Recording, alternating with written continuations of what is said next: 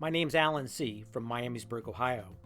I'm a member of the Richard Montgomery chapter, Sons of the American Revolution, and this is my Patriot story.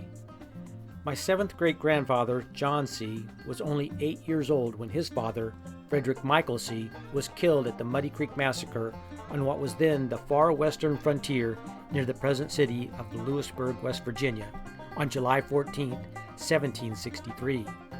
This was during the ending days of the French Indian War.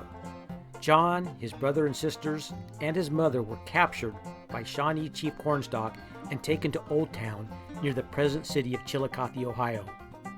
After 2.5 years, the family was eventually released after the British government ordered an expedition against the Ohio Indians to force the return of their captives. However, at this point in time, John had been adopted by a Shawnee family having learned their ways and did not want to return. His actual release did not happen until months later. John eventually enlisted in the Army under Captain Arbuckle in Greenbrier County, Virginia, for purposes of defending the western frontier from the incursions of hostile Indians.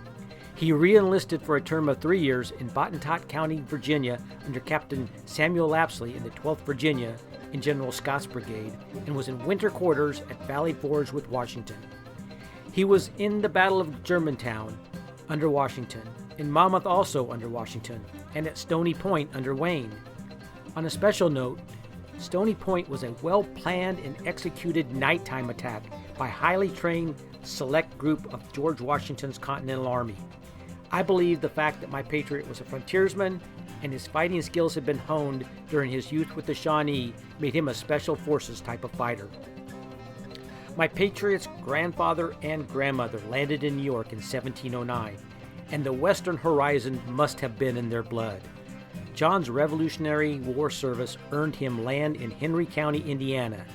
His children continued to move west. His son, John Jr., was among the first pioneers in what was to become the state of Iowa. My own grandfather, Joe C., was born in a sod cabin on the eastern plains of Colorado. It's been an honor to share my Patriot story.